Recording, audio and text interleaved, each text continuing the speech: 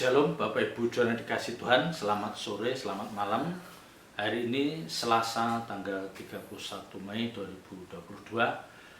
Ya, mari kita persiapkan hati kita untuk kita mendengarkan kebenaran firman Tuhan lewat program kita Pesan Gembala. Mari kita awali di dalam doa. Bapa di surga, segala puji hormat syukur kami naikkan ke hadirat-Mu. Kami bersyukur ya Tuhan atas segala kebaikan, penyertaan dan pemeliharaan-Mu sepanjang hari.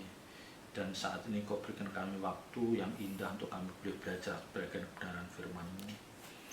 Urapi hamba-Mu, taruh perkataan-Mu dalam bibir hamba-Mu, biar apa yang hamba-Mu sampaikan itulah isi hati-Mu ya Tuhan yang akan memberkati setiap kami. Dalam nama Tuhan Yesus Kristus kami berdoa dan mengucap syukur. Haleluya. Amin.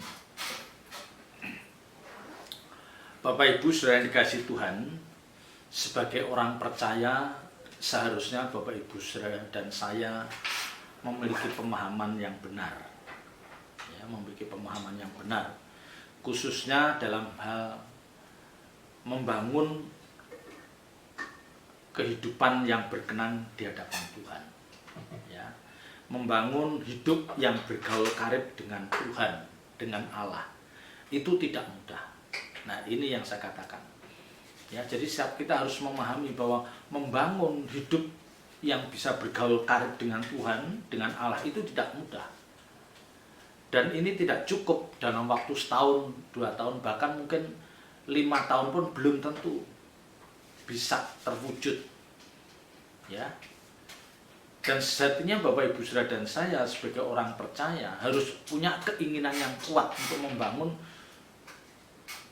kehidupan yang itu nanti memiliki hubungan yang intim dengan Tuhan, dengan Allah. Ya. Jadi setiap kita itu harus merindukan bagaimana kita memiliki intimasi, bergaul karib dengan Allah, bergaul karib dengan Tuhan. Kita harus merindukan hal ini. Ya. Orang percaya, siapapun mereka yang tidak merindukan untuk membangun intimasi dengan Tuhan, yang tidak segera mewujudkan hidup bergaul karib dengan Allah, mereka adalah orang-orang yang tidak pantas merindukan masuk langit baru bumi baru. Ya. Jadi kalau kita tidak ada keinginan membangun intimasi dengan Tuhan, tidak ada keinginan, atau ada tetapi tidak kuat, ya, kita tidak boleh membayangkan, kita tidak boleh merindukan nanti ada di langit baru bumi baru bertemu dengan Tuhan. Tidak boleh, ya.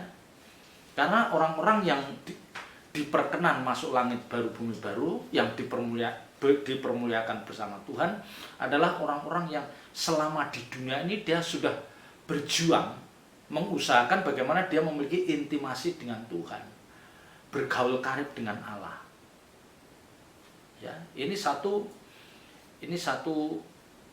kebenaran yang harus kita pahami. Ya, maka di depan saya katakan bahwa kita harus memahami hal ini. Dan untuk membangun intimasi dengan Tuhan itu tidak cukup dalam waktu setahun, 2 tahun, bahkan mungkin 5 tahun pun tidak cukup. Ya, karena Allah Bapa yang kita sembah, yang kita agungkan itu sosok yang penuh misteri. Ya, yang tidak mudah untuk kita memahami kehendaknya, tidak mudah kita memahami keinginannya. Dan olehnya kita harus terus berjuang, ya, bisa mewujudkan hal itu. Kalau Bapak Ibu Saudara, orang percaya itu tidak punya keinginan atau hasrat yang kuat untuk membangun intimasi dengan Tuhan, ya, jadi kalau kita ini, ya, kita itu hidupnya tidak fokus bagaimana kita bisa memiliki intimasi dengan Tuhan, bagaimana kita itu membangun, ya, kehidupan yang bergaul karib dengan Allah. Kalau kita tidak punya keinginan, sejatinya kita ini sedang membangun intimasi dengan kuasa kegelapan. Ya, ini mau nggak mau, karena yang pernah saya katakan, akhirnya langkah hidup kita itu akan menuju ke 2 kutub. Kutub untuk bagaimana kita berkenan di hadapan Tuhan, ya, kita membangun intimasi dengan Tuhan, atau kutub yang satunya kita terseret, ya, terpengaruh, dan akhirnya pikiran dan perasaan kita mengikuti kehendak kuasa kegelapan. Ya, tidak ada pilihan. Ya, nggak ada yang di tengah-tengah intermediate, oh saya kesana enggak, kesini enggak mungkin. Kan hanya ada dua tempat itu nanti. Ya. Nah, tapi seringkali kita tidak sadar. Ya, kita seringkali tidak sadar. Waktu kita habis untuk ngurusin karir. Ya, kita membangun karir, baik itu di swasta maupun sebagai pegawai negeri. Atau kita sibuk membangun usaha atau bisnis kita. Ya, atau kita sibuk mengurus anak. Ya, memang setiap kita pasti ada kesibukan, itu pasti.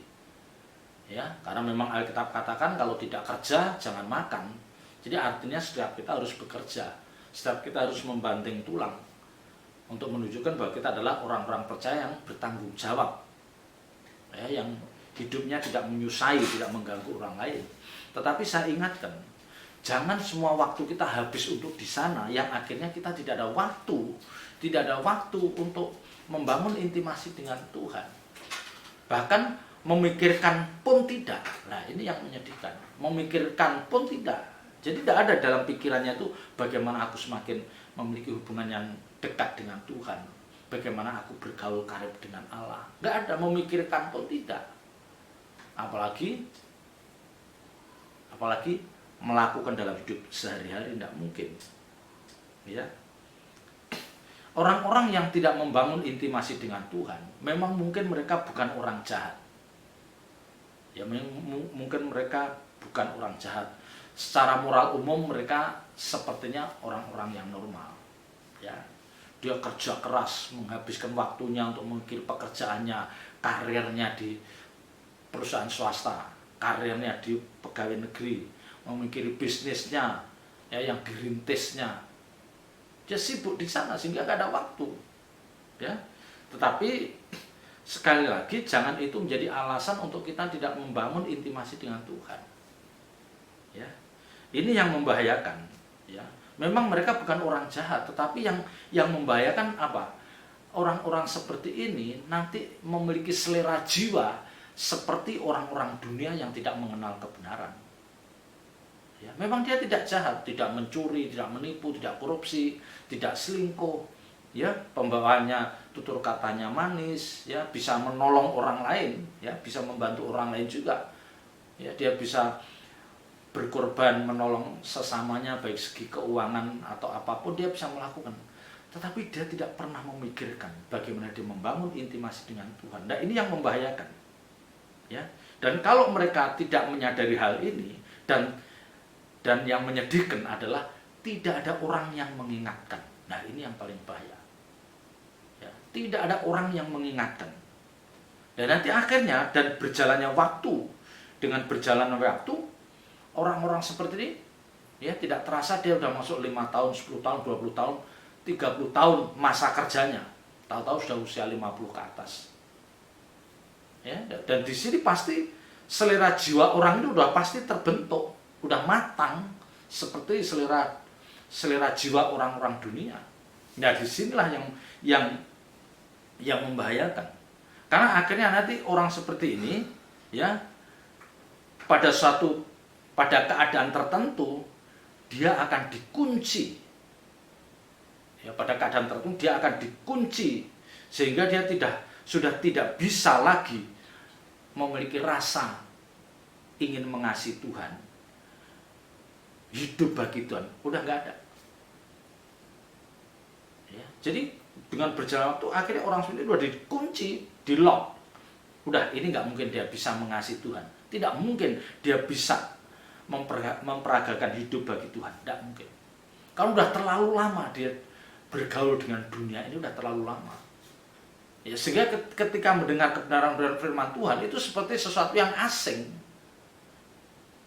Ya, sesuatu yang asing. Padahal itu kan makanan jiwa kita yang olehnya kita memiliki spirit dan gairah seperti yang dikehendaki Tuhan. Ya, makanya yang pernah saya katakan, ya, orang ke gereja, ibadah ke gereja, mendengar firman Tuhan itu harus wajib. Karena disitulah nanti Tuhan akan pakai para pembicara mimbar itu untuk mengingatkan orang-orang seperti ini. Ingat ya, ingat waktu hidup kita pendek, singkat, jangan menunda. Pasti diingatkan. Ya. Kalau kita belajar dari kehidupan Nuh dalam Kejadian pasal 6, ya. Kalau kita belajar dari kehidupan Nuh, ya. Kejadian 6 ayat 9. Inilah riwayat Nuh.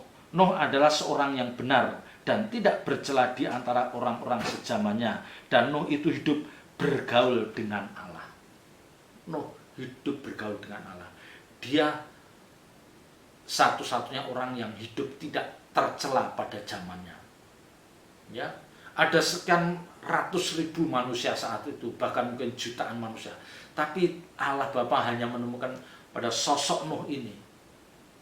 Ya, dia dikatakan ia adalah seorang yang benar dan tidak bercela di antara orang sezamannya. Orang benar dan tidak bercela di antara manusia, di antara orang-orang sezamannya. Dan Nuh ini hidup bergaul dengan Allah. Hidup bergaul dengan Allah. Artinya apa? Dia terus memiliki keinginan dan hasrat untuk selalu dekat dengan Allah. Ya. Kalau kita lihat ayat-ayat di atasnya, itu kan ayat-ayat di atasnya mulai dari ayat 1, itu kan perikopnya tentang kejahatan manusia. Ya, bagaimana manusia itu sudah mulai keinginannya menuruti keinginan dagingnya, ya, mereka memilih pasangan hidup dengan tidak seperti yang dikehendaki Allah. Dia asal pilih saja pasangan hidup sehingga melahirkan orang-orang yang tidak berkenan. Ya, akhirnya terus mereka menjadi orang-orang yang jahat. Ya. Yang dikatakan ayat 7, Kejadian 6 ayat 7. Berfirmanlah Tuhan, aku akan menghapuskan manusia yang telah kuciptakan itu dari muka bumi, baik manusia maupun hewan dan binatang melata dan burung-burung di udara, sebab aku menyesal bahwa aku telah menjadikan mereka. Ya. Menyesal. Nah, ayat 5. Ketika dilihat Tuhan bahwa kejahatan manusia besar di bumi dan bahwa segala kecenderungan hatinya selalu membuahkan kejahatan semata-mata. Jadi manusia saat itu jahat. Nah, di antara ratusan ribu atau jutaan orang, Allah menemukan satu sosok ini.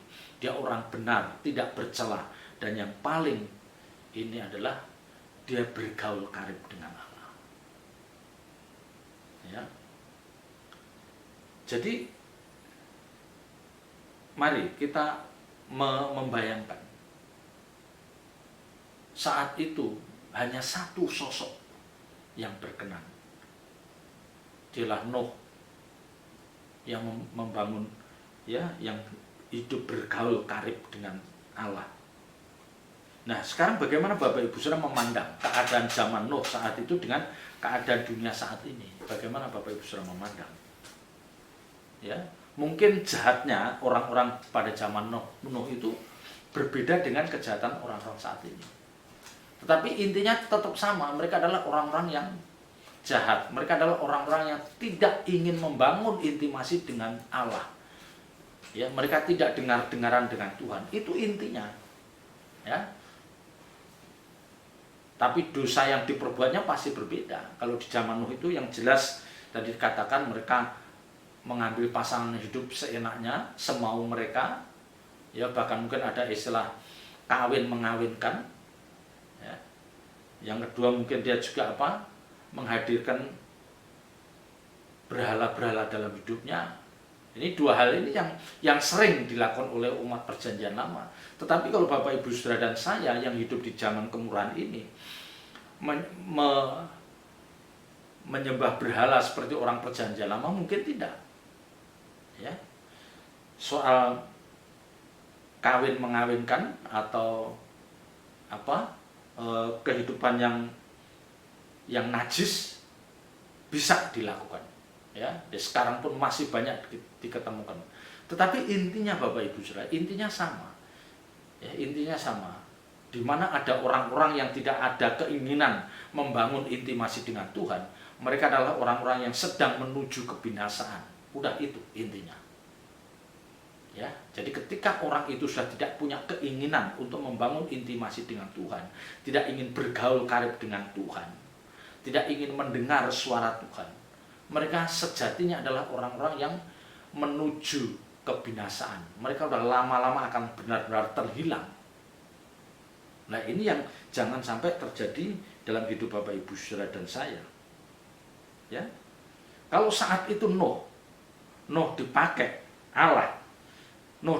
Allah untuk membinasakan orang-orang sezamannya melalui peristiwa air bah, ya, dan hanya anak-anaknya dan menantunya yang selamat, ya. Jadi untuk menghukum orang-orang zaman itu Allah pakai Nuh, ya, diperintahkan untuk membangun bahtera, ajak anak menantunya dan masing-masing binatang masing-masing jenis atau spesies binatang diambil satu pasang dan masuk dalam air bah. Karena Tuhan Allah sudah merencanakan membinasakan seluruh makhluk di bumi ini. Ya. Yang di dalam 2 Petrus pasal 2 dikatakan. Ya. Yang 2 Petrus pasal 2 ayat 5 dikatakan, dan jikalau Allah tidak menyayangkan dunia purba, tetapi hanya menyelamatkan Nuh, pemberita kebenaran itu, dengan 7 orang lain ketika ia mendatangkan air bah atas dunia orang-orang yang fasik. Ya. Jadi membinasakan. Dan ini masih peristiwa Nuh itu masih ada dalam ingatan orang-orang perjanjian baru. Jadi betapa pentingnya kita mengingat peristiwa itu. Ya. Nah, bagaimana kehidupan Bapak Ibu Saudara saat ini? Ya, mungkin cara Tuhan menghukum umatnya tidak seperti zamannya Nuh. Ya, tidak seperti zamannya Nuh. Jadi langsung dihabisin. Nah, yang cara Allah, cara Tuhan memperlakukan orang-orang yang salah, orang-orang yang tidak berkenan di hadapannya itu berbeda dari masing-masing zaman, masing-masing masa. Ya. Mungkin kalau saat ini justru orang-orang yang hidupnya menjauh dari Tuhan, ya, menjalani hidup seperti orang fasik, justru mungkin Tuhan biarkan dia menikmati kekayaan, dia menikmati kenyamanan, dia menikmati keindahan dunia ini menurut seleranya. Ya, mungkin Tuhan biarkan. Ya, tetapi sekali lagi itu semua pasti ada hitung-hitungannya. Pasti ada hitung-hitungannya. Karena bagaimanapun juga hidup ini pasti berakhir. Hidup ini akan berakhir dan masing-masing kita nanti menghadap tahta penghakiman Tuhan. Ya. Jadi kalau kita hidup saat ini, kita jangan membayangkan bahwa Allah akan menghukum orang-orang yang, ya, orang-orang fasik, orang-orang jahat itu seperti zamannya Nuh. Enggak, mungkin enggak. Ya, dan kenyataannya memang begitu. Mereka dibiarkan aja. Seperti yang dikatakan dalam Mazmur pasal 73. Ya. Ada orang-orang yang kelihatannya enak-enak saja, tidak mendapatkan tulah, mereka sehat saja, mereka gemuk-gemuk saja, tapi padahal Tuhan meletakkan dia pada tempat yang licin. Ya. Jadi Bapak Ibu Saudara, peringatan Allah, peringatan Tuhan untuk masing-masing kita, sekalipun dalam generasi yang berbeda, itu tetap sama. Ya, pasti semua kita akan menuai apa yang kita tabur. Ya, maka kalau Bapak Ibu Saudara dan saya menyadari hal ini, memahami kebenaran ini, mari kita membangkitkan hasrat dan gairah kita untuk membangun intimasi dengan Tuhan. Ya.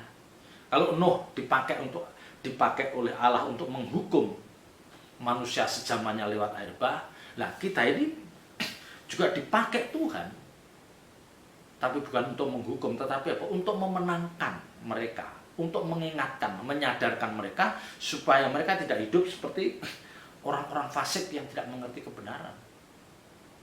Ya, jadi ada di antara kita ada di antara kita, atau mungkin setiap orang percaya. Saya katakan semua orang percaya itu pasti mengemban misi Allah, mengemban misi Tuhan. Bagaimana kita itu memiliki kerinduan atau memiliki hasrat yang sama seperti Tuhan, yaitu apa? Supaya tidak ada seorang pun yang binasa. Itu yang harus kita ingat. Ya, kita harus punya kerinduan, ya, punya gairah, punya spirit. Bagaimana tidak ada seorang pun yang binasa. Makanya kita harus membangun intimasi dengan Tuhan.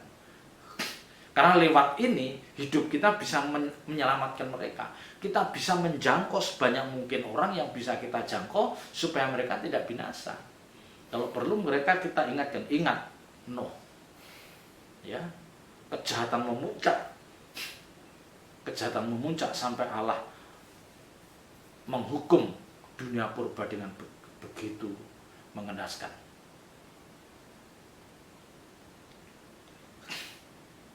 Ya, jadi kalau Allah tidak menyayangkan dunia purba, membinasakan semua makhluk zaman purba, ya zaman Nuh itu dia pakai Nuh. Nah, kalau kita hidup kita saat ini, tentu Allah menghendaki kita hidup benar di hadapannya dan bergaul karib dengan Tuhan supaya kita juga bisa menyelamatkan keluarga kita, orang-orang yang kita kasihi ini. Ya, seperti saya katakan, jangan ada yang binasa. Ya, ini yang harus kita pahami. Nah, sekarang Bapak Ibu Saudara, saya merenungkan ya, mengapa orang itu sulit membangun intimasi dengan Allah. Ya, kadang-kadang ada orang mengerti, oh ya, aku harus membangun intimasi dengan Allah. Tapi mengapa kok sulit? Karena pada dasarnya orang itu banyak keinginan di dalam dirinya. Di dalam pikirannya, dalam hatinya itu banyak keinginan. Mereka sulit untuk mengosongkan bejana jiwanya, memberi tempat yang luas bagi hadirat Tuhan dalam bejana hatinya. Itu tidak ada. Ya, jadi pikiran dan hatinya itu diisi oleh banyak keinginan. Itu yang buat mereka sulit membangun intimasi. Yang kedua, dunia memang menawarkan keindahan. Ya, dunia itu sangat menarik bagi banyak orang. Baik itu tempat-tempat wisata, barang-barang branded, makanan yang lezat-lezat, itu sangat menarik, menggoda kita, sehingga kadang-kadang fokus kita ke sana. Ya, fokus kita ke sana. Padahal Alkitab tidak mengajarkan seperti itu. Ya, asal ada makanan dan pakaian cukup. Ya, itu yang menyebabkan orang sulit membangun intimasi dengan Tuhan. Dan kebanyakan kita, nah ini kebanyakan kita, ini penyakit yang hampir menghinggapi banyak orang, khususnya orang-orang muda. Mereka secara tidak langsung menunda. Ya, menunda untuk serius berurusan dengan Tuhan itu menunda. Aku masih usia 25 tahun, aku masih 30 tahun. Aku masih 40 tahun. Nanti kalau aku udah 55 tahun, kalau udah pensiun, aku mau fokus untuk melayani Tuhan. Ini kan konsep yang salah. Iya, kalau dia sampai umur 55, 60. Nah, kalau tahu-tahu minggu depan dipanggil Tuhan, tidak ada kesempatan lagi. Ini yang membuat banyak orang itu hidupnya membahayakan ini.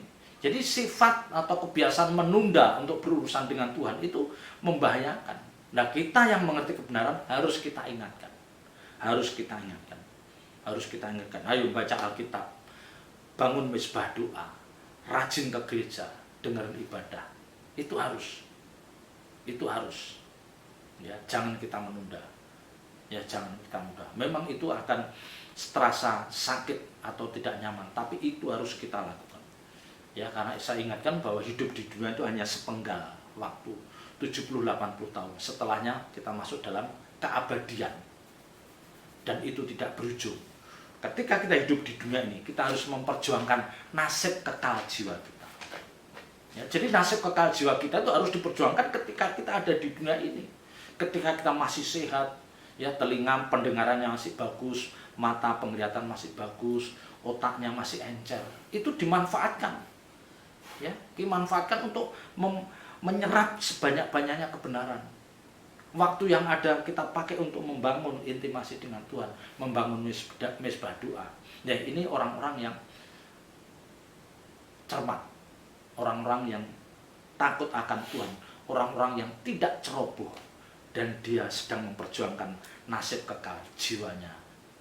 Ya, dan kita harus menjadi orang-orang seperti ini. Ya, sekalipun sulit, mari kita membangun intimasi dengan Allah. Selamat berjuang, Tuhan Yesus memberkati. Mari kita tutup dalam doa. Bapa di surga, kami bersyukur atas kebenaran firman-Mu. Meteraikan firman dalam setiap hati kami dan ajar kami melakukannya. Terpuji nama-Mu kekal selama-lamanya. Dalam nama Tuhan Yesus Kristus kami berdoa dan mengucap syukur. Haleluya. Amin.